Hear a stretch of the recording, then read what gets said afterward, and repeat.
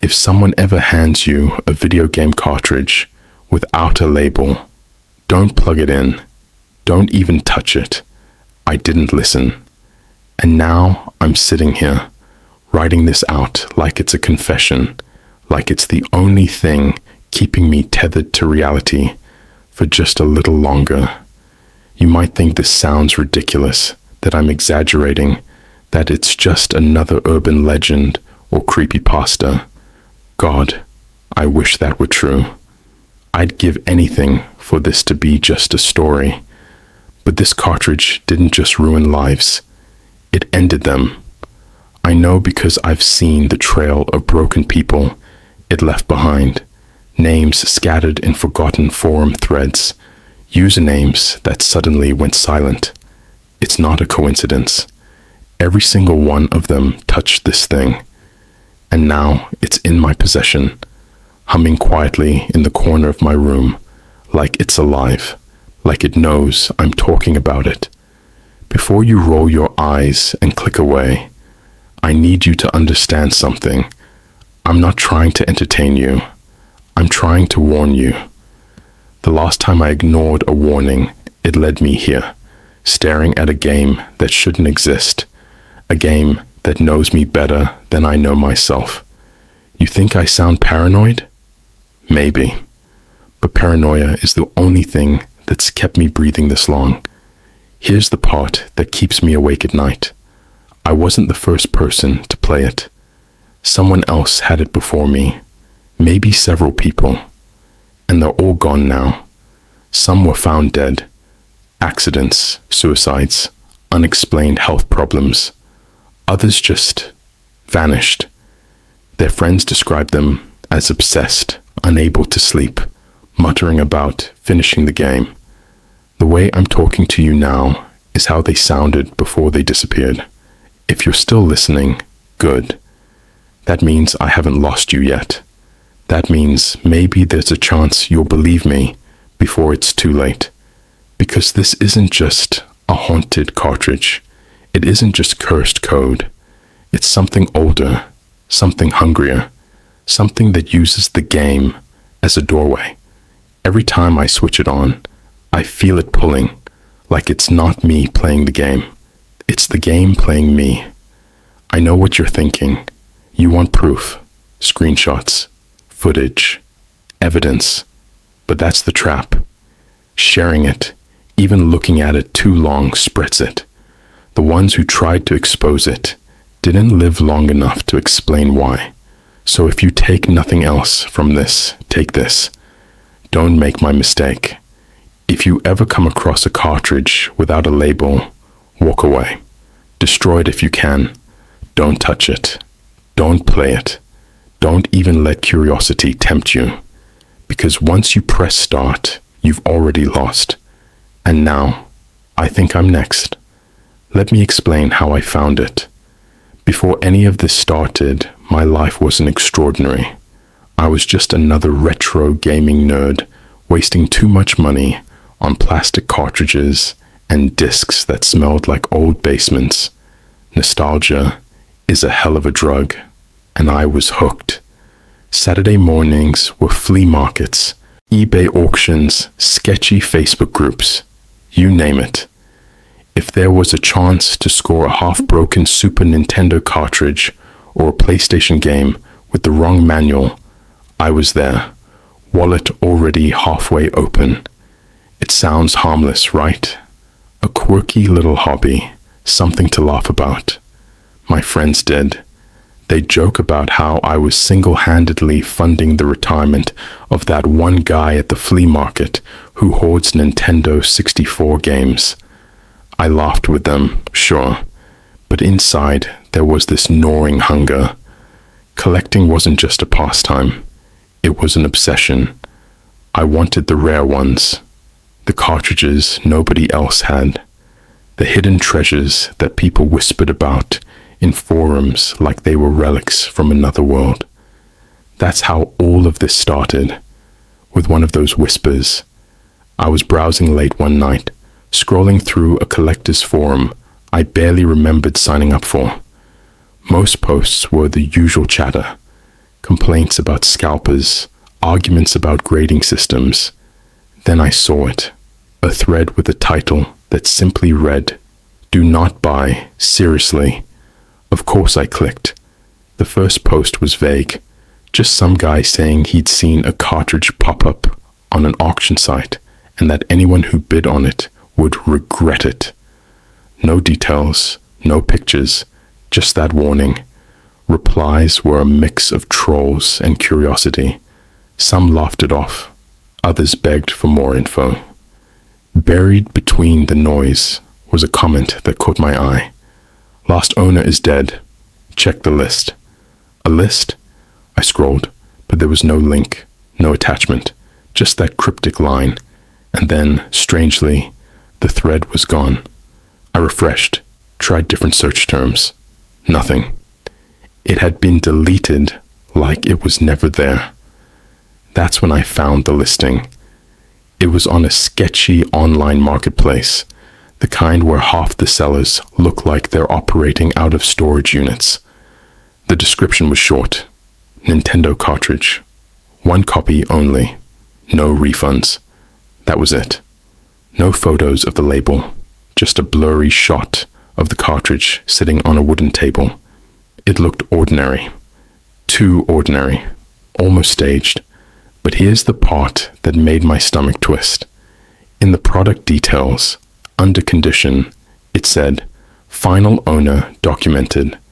I laughed nervously when I saw it, because what else was I supposed to do? It had to be some edgy joke, right? Like when people list cursed dolls on eBay for attention. That's what I told myself. That's what I wanted to believe. Still, the words kept gnawing at me. Final owner documented. I hovered over the buy button for what felt like hours. I told myself I didn't need it, that I already had too many cartridges gathering dust. But that itch, that collector's hunger, whispered louder. If I didn't grab it now, someone else would. And the listing? It didn't even stay up for a full day. I hit buy now. 3 days later, the box showed up on my doorstep. No return address, no shipping label beyond my name and city. Just a plain cardboard box that felt heavier than it should have. I remember standing there, holding it, thinking, this is just another cartridge, another piece of plastic. What's the worst that could happen? If only I'd listened to that first thread. If only I'd taken the warning seriously.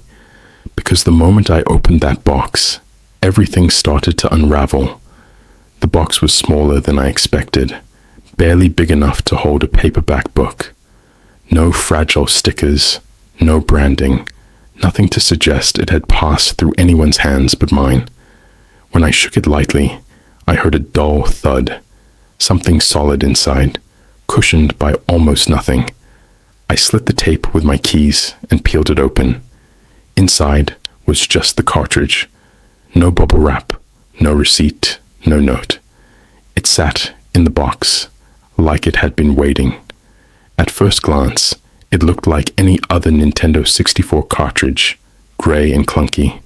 But the closer I examined it, the less ordinary it became. The plastic was scuffed, sure, but not the kind of scuffs you'd expect from being played or passed around. These marks looked more like burns, black streaks across the edges, faint, ashy smudges, almost like fingerprints singed into the surface.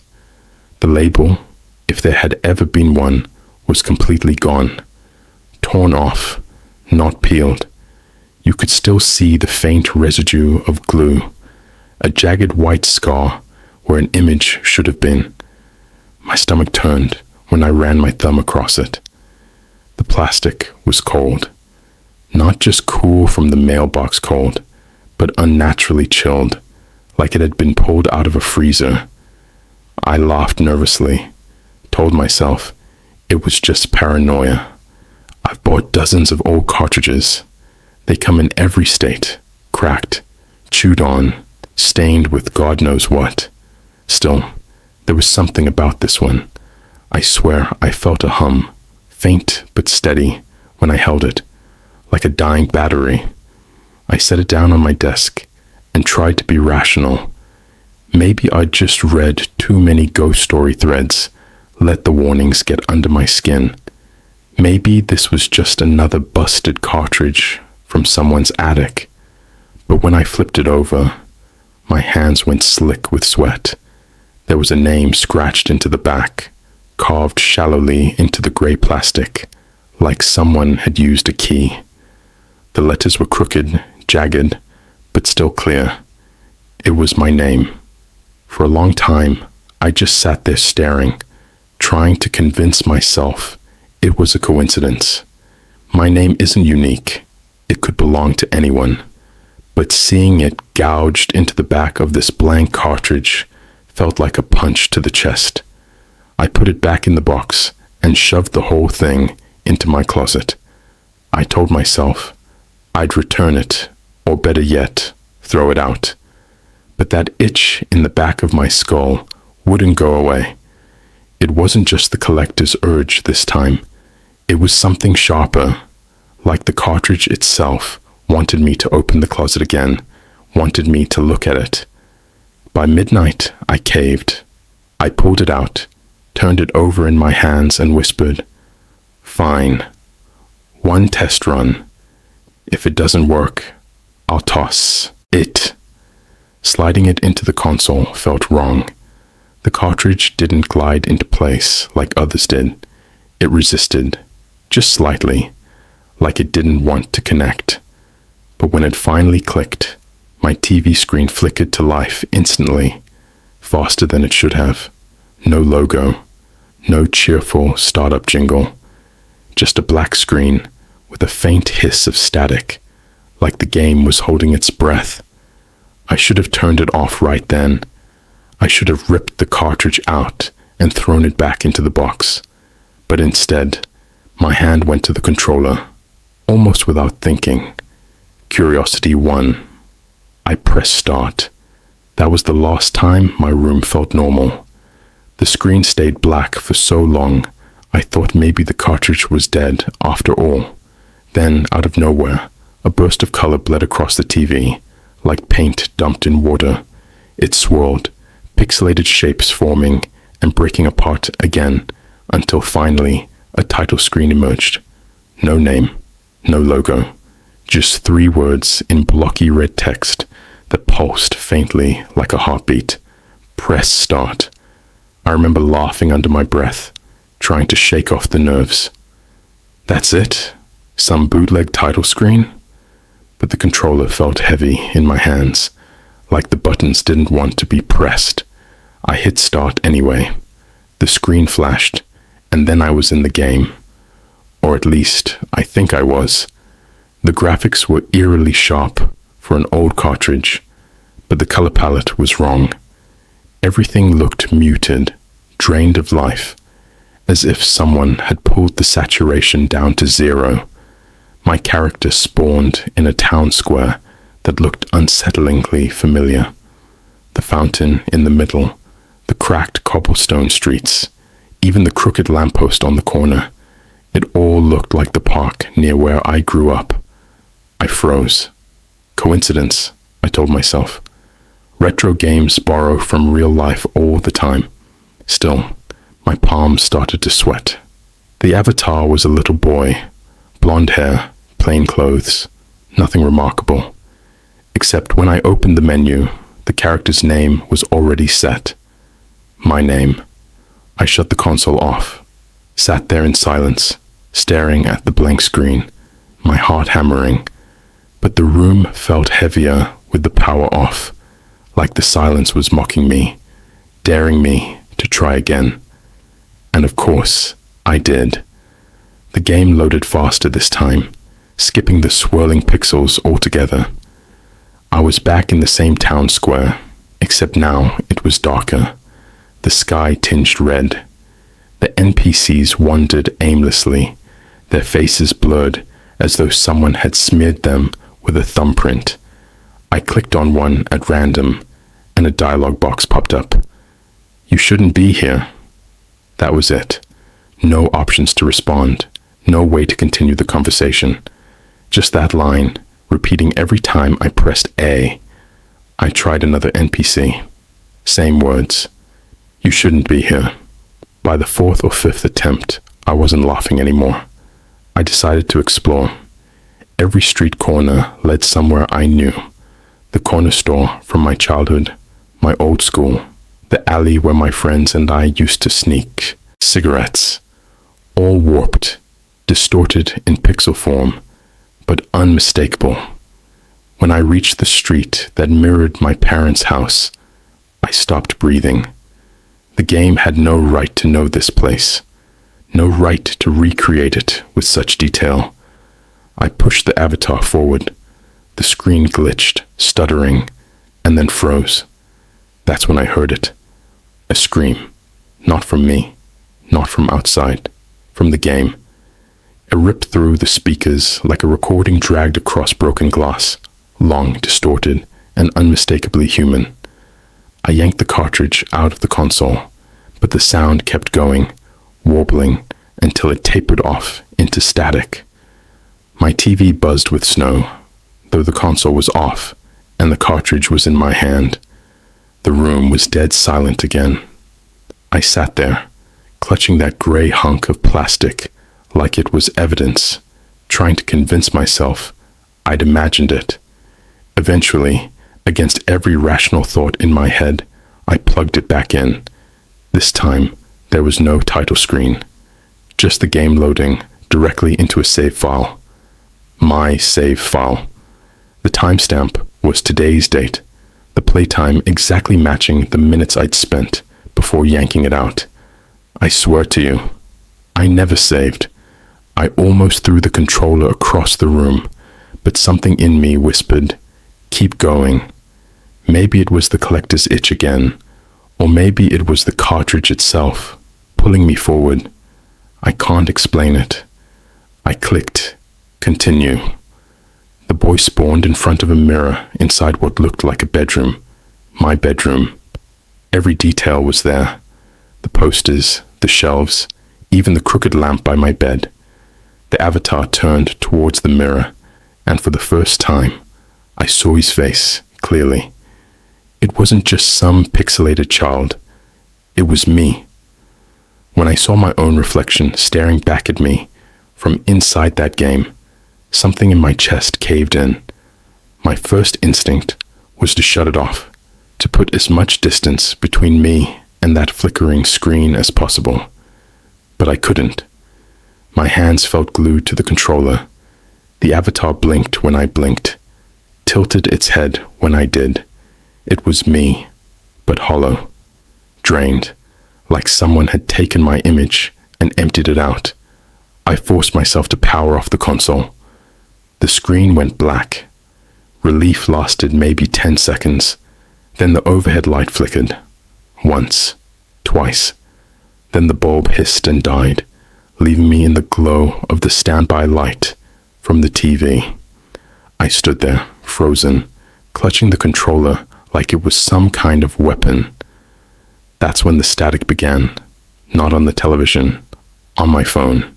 It buzzed alive on the desk, screen glowing white, even though it had been powered down. A sharp hiss filled the room, the same hiss I'd heard in the game. I dropped the controller, grabbed the phone, and yanked the battery out.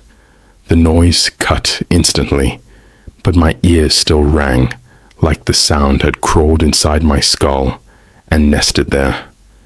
I didn't sleep that night. By morning, I convinced myself it was exhaustion, some kind of stress-induced hallucination. That was easier than the alternative. I shoved the cartridge back in the closet, piled some junk on top of it, and told myself I was done. But the headaches started. They came in short, stabbing bursts, right behind my eyes. By the second day, my nose bled twice. By the third, I woke up with streaks of blood across my pillow, and every time I tried to rest, I swore I could hear that distorted scream echoing faintly, like it was leaking from the walls. I needed answers. I dug back through the collectors' forums, searching for any mention of a blank label cartridge. After hours of dead ends, I found a thread buried in an archive. The title read, "If you're reading this, don't play it." My heart dropped. The post was from years ago, written by a user I didn't recognize. They described finding a cartridge that mirrored their own life. Familiar streets, familiar faces, names scratched into the plastic. They wrote about headaches, about NPCs repeating phrases like broken records, and then the post, cut off mid-sentence. No edits, no replies, no follow-up. Just silence. I scrolled further and found another thread. Different username, same warnings. This one mentioned the list, a supposed catalog of owners, every name ending the same way, with an obituary. The more I read, the colder my room felt. But the worst part? One of the usernames matched someone I'd argued with online years ago in another forum. A guy who just stopped posting one day. I'd assumed he'd moved on with his life, but here he was, immortalized on a cursed list. I slammed my laptop shut, heart racing. This wasn't coincidence. The cartridge had a history, a trail of silent accounts and half-finished warnings, and now I was part of it. That night, I tried to resist, but the pull was unbearable. I dug the cartridge out again, hands trembling as I shoved it back into the console. The screen lit instantly. No title, no startup, just the avatar standing in a field of static, waiting for me. This time, the NPCs weren't strangers. Their faces were sharper, clearer. One had my best friend's crooked smile. Another had the weary eyes of a teacher I'd once admired. The dialogue boxes all said the same thing, words dripping like venom. "You can't quit now." I tried turning it off, but the game refused.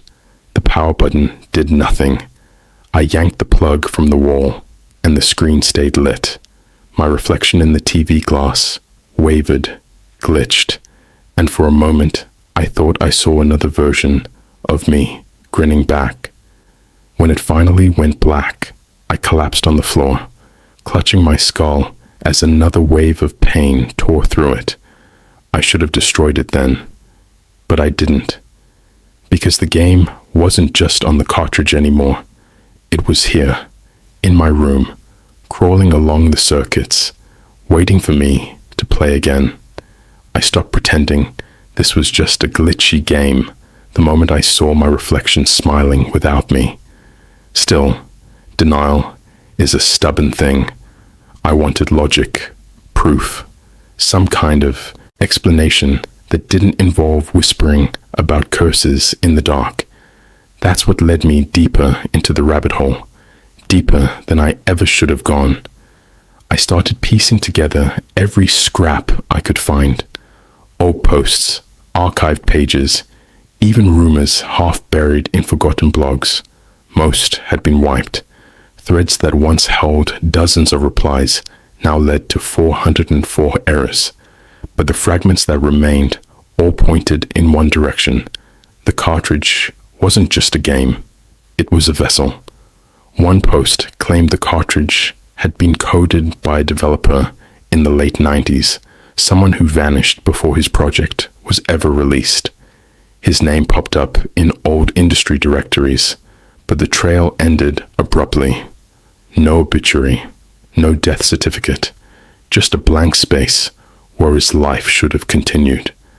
Another claimed the man had been experimenting with psychological feedback loops, using personal data, photographs, diary entries, even medical records, to create a game that reflected the player's reality back at them. That sounded impossible for the time, but as I scrolled through old tech journals, I found patents tied to his name.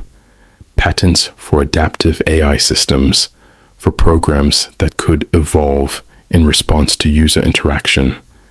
And then there was the rumor that froze me. Someone suggested the developer hadn't just coded the game, he'd coded himself into it. I didn't want to believe that. But the more I played, the more it made sense. Every time I powered on the cartridge, the game knew me better. It learned my movements, my memories, my fears. It didn't just mirror me, it consumed me. There were whispers, too, about the imprint. Supposedly, every player left something behind in the code, a fragment of their identity, trapped and screaming in the game's logic. That was why the faces kept changing. They weren't generic NPCs. They were echoes of the cartridge's past victims. And if the imprint theory was true, then my reflection inside the screen wasn't just a glitch. It was me, hollowed out, waiting for my turn to join them. I kept hearing that scream, the one from the first night. I thought it was just a sound effect. But after reading those posts, I realized something worse. It wasn't a scream made by the game. It was a scream recorded by it. Someone else, locked inside, their last sound looped forever. That's when I saw her. I booted the cartridge again, and there, in the static between loading screens, a face flickered into view. Not a sprite, not an avatar. A real face, warped by pixelation, but undeniably human. Her mouth was open, eyes wide with terror, frozen mid-scream. I slammed the power button, but the image burned behind my eyelids long after the screen went dark. The cartridge was more than cursed code. It was a trap, a parasite. And now it was hungry for me. And the worst part? By writing this, by telling you all of it, I might be feeding it too. I don't remember deciding to play again. It's like my body moved without me, as though the cartridge had tugged invisible strings, and I danced along like a puppet. One moment I was lying in bed, swearing I'd never touch it again, and the next I was sitting cross-legged on the floor, controller in hand, staring at the screen. This time the game didn't ease me in with title screens or mirrors of my past. It threw me straight into the dark. My avatar spawned in a void. No sky, no ground, just endless black, stitched together with streaks of red static. The only sound was a heartbeat. Slow, measured. It matched mine. I walked forward, and the world began to form around me. My house, my street. But everything was wrong, like the cartridge had skinned reality and redressed it in pixels. My neighbors stood outside, frozen in place, their mouths hanging open as if they were screaming, but no sound came. When I pressed A to talk to them, their faces flickered and melted, revealing blank white masks underneath. Dialogue boxes appeared, repeating in unison. Finish the game. I dropped the controller. I wanted to run, to hurl the cartridge into the fireplace, but the game didn't care if I played or not. The dialogue kept rolling across the screen, scrolling endlessly, until the static rose to a deafening roar.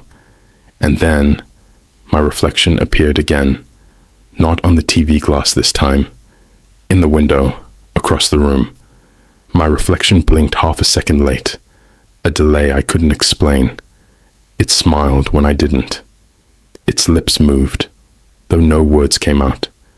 The controller vibrated violently in my hands. I hadn't even been holding it, yet somehow it was back there, buzzing like it had a heartbeat of its own. My character began moving without input, dragging me deeper into the game's world. The walls of my house on screen started collapsing, bleeding static, and behind them was nothing but faces, hundreds of them, distorted, screaming, pressing against the edges of the game like they were suffocating inside. I recognized some. That friend who'd vanished online, a childhood neighbor who died young, and behind them, blurred but undeniably there, was my own mother, I choked on air. She's still alive. She's supposed to be alive. But the game had already taken her image, storing it like bait. I tried destroying it. I ripped the cartridge from the console and smashed it against the desk. Plastic cracked, but when I opened my hand, the cartridge was whole again, humming with that faint electric pulse. I took it to the sink, ran water over it until the circuits should have fried. When I looked back down, my hands were empty. The cartridge was already back in the console, screen glowing as though it had never left. That's when I understood. It didn't matter what I did. Breaking it, drowning it, none of it mattered. The cartridge wasn't just an object anymore. It was inside the circuits, inside me. The whispers began that night, soft at first, curling at the edges of my hearing. They weren't random. They were voices I knew. My father telling me to quit, a teacher scolding me, old friends begging me not to continue. And then the whispers changed, merging into one collective voice. Finish the game. I don't think there's a way out.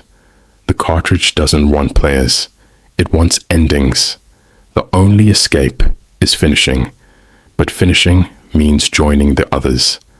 That's why I'm writing this now. Not as proof, not as entertainment, as a last record before the static swallows me too, because I don't know how much longer I have.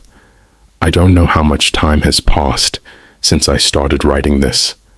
The clock on my wall is frozen at 3:17, but the second hand still twitches every now and then, like it's trying to move, but can't. The cartridge is sitting in the console, waiting. The screen flickers even though I pulled the plug hours ago. It wants me back. I can hear it now. The faint hum, that static thrum that seeps into my skull. Every few minutes the speakers crackle, and I catch a voice, half buried in the distortion. Sometimes it's my own, calling from inside. Sometimes it's someone else. A woman sobbing, a man begging, all layered into the noise, like a choir of the damned. I keep telling myself, I can stop. That if I just walk out the door, leave it behind, maybe I'll be free. But my reflection in the black screen shakes its head when I think that. It knows the truth. I'm tethered. Wherever I go, the game will follow. I tried to fight it, smashed the console, tore the wires out of the wall, but the cartridge reappeared on my desk, pristine, waiting, always waiting. So maybe this is the only choice I have left, to finish the game, to press start one last time and let it take whatever piece of me it's hungry for. If that happens, maybe it'll leave the rest of you alone, but I don't think it will. That's the part that terrifies me most. Not that I'll lose, not that I'll vanish like the others.